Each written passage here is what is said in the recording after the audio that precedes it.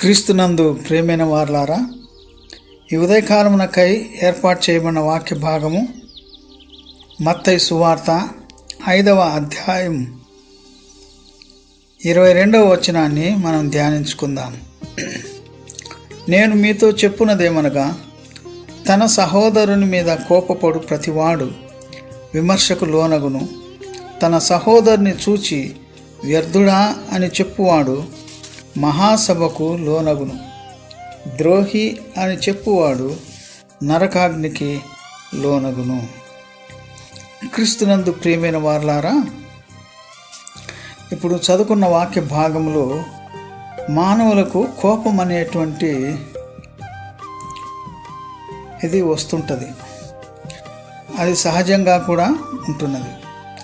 అంతకుముందు 21వ వచనంలో ఏమున్నదంటే, నరహత్య చేయవద్దు, నరహత్య చేయువాడు విమర్శకు లోనగునని పూర్వీకులతో చెప్పబడిన మాట మీరు విన్నారు కదా. పాత నిబంధన గ్రంథంలో మరి నరహత్య చేయకూడదు అనేటువంటి మాటను మనం చూస్తుంటున్నాం. నరహత్య చేసినట్లయితే వాళ్ళు విమర్శకు లోనవుతారనేటువంటి మాట చూస్తున్నాం. తర్వాత తీర్పు తీర్చిన తర్వాత నేరం అతని మీదకి వచ్చినట్లయితే అతన్ని కూడా చంపివేస్తారు. అయితే ఇక్కడ నరహత్య చేసేదానికి కారణం ఏంటంటే కోపం. ఒక మనిషిని చంపాలనుకున్నారంటే వాళ్ళ మీద వారికి కోపం ఉంది కనుక వారు చంపుతుంటున్నారు. అందుకని ఇక్కడ 22వ వచనంలో ఏమంటాడంటే, నేను మీతో చెప్పున్నదేమనగా, తన సహోదరుని మీద కోపపడు ప్రతివాడు విమర్శకు లోనగును. యేసు ప్రభు ఏమంటాడంటే, కోపం అనేదే నరహత్యతో సమానం అనేది చూస్తుంటున్నాం. కాబట్టి అది మనలో ఉండకుండా ఉండడం మంచిదని. ఈ కోపం అనేది ఎక్కువైపోయినప్పుడు నరహత్య చేస్తారు. లేదా కోపం ఉన్నప్పుడు తన సహోదరుని చూచి కొందరు వ్యర్థుడా అని పలికేటట్టుగా చూస్తున్నాం. మరికొందరు ద్రోహి అనే మాట కూడా పలుకుతున్నట్లుగా చూస్తుంటున్నాం. ఒకవేళ వ్యర్థుడా అంటే గిన మహాసభకు లోనవుతారు, ద్రోహి అంటే నరకాగ్నికి పోతారు అని ప్రభు అయిన యేసుక్రీస్తు చెప్తున్నాడు. నిజంగా మనం ఇది గిన పాటిస్తే ఎన్నిసార్లు మన సహోదరులను ఎన్ని మాటలు మనము పలికి ఉంటున్నాం. కనుక జాగ్రత్తగా మనము పరీక్ష చేసుకోవాలని దేవుని యొక్క వాక్యము సెలవిస్తున్నది. క్రీస్తునందు ప్రియమైన వారలారా, మోషేకు కూడా ఇశ్రాయేలు మీద కోపం వచ్చి ద్రోహులారా అని ఒక మాట అన్నాడు. అందువలన దేవుడు అతన్ని విమర్శలోనికి తీసుకొని వచ్చి, మోషే నీవు కనాను దేశాన్ని చూడవని చెప్పినాడు. మరి ఇక్కడ చూస్తే ఒకవేళ కోపపడి మనం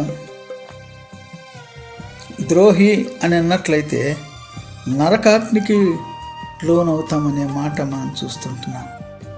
మరి ఇంత కోపం లేనివాడు ఎవరునా అంటే మన ప్రభు అయిన యేసుక్రీస్తే. ఆయనలో కోపము అనేది లేనే లేదు. కానీ అవినీతిని చూసినప్పుడు మాత్రం అతడు కొరడా పట్టుకొని దేవాలయంలో ఉన్నటువంటి ఆ అవినీతిని సరిచేసేదానికి కోపడ్డాడే కానీ పాపి విషయంలో కాదు. ఇతరులను కూడా ఎన్నడూ కూడా ఆయన దూషించి ఎరగడు.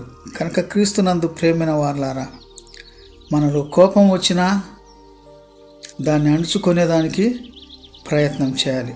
పొర్రపాటున మనం మాటలు వ్యతిరేకంగా పలిగినట్లయితే విమర్శ కన్నా వెళ్తాం, లేదా నరకానికన్నా వెళుతాం. కనుక మనల్ని మనం జాగ్రత్తగా మన మాటల విషయంలో జాగ్రత్తగా ఉండేదానికి చూసుకుందాం.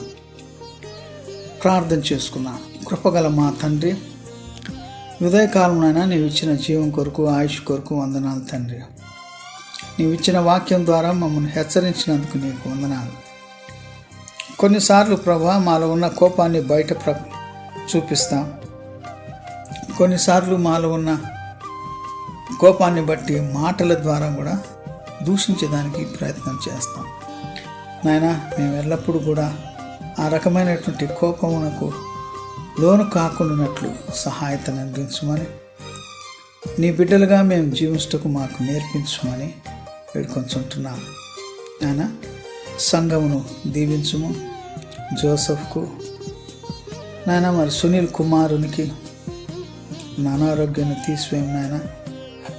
సత్యవేదమ్మ గారికి ఉన్న బలహీనతలో మరి చూపును అనుగ్రహించుటకు నీ యొక్క సహాయతను అనుగ్రహించి నడిపించుమని వేడుకొంచుంటున్నాను.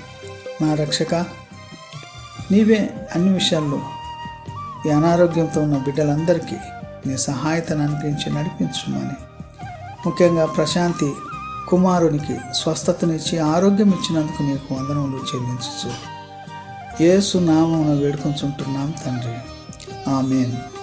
మన తండ్రి అయిన దేవుని యొక్క ప్రేమయు, మన ప్రభు అయిన యేసుక్రీస్తు యొక్క కృపయు, పరిశుద్ధాత్మ యొక్క అన్యోన్య సహవాసం సంఘమంతటికి, అనారోగ్యంతో ఉన్న బిడ్డలకు ఇప్పుడు ఎల్లప్పుడు సదాకాలం తోడైందునుగాక. ఆమేన్.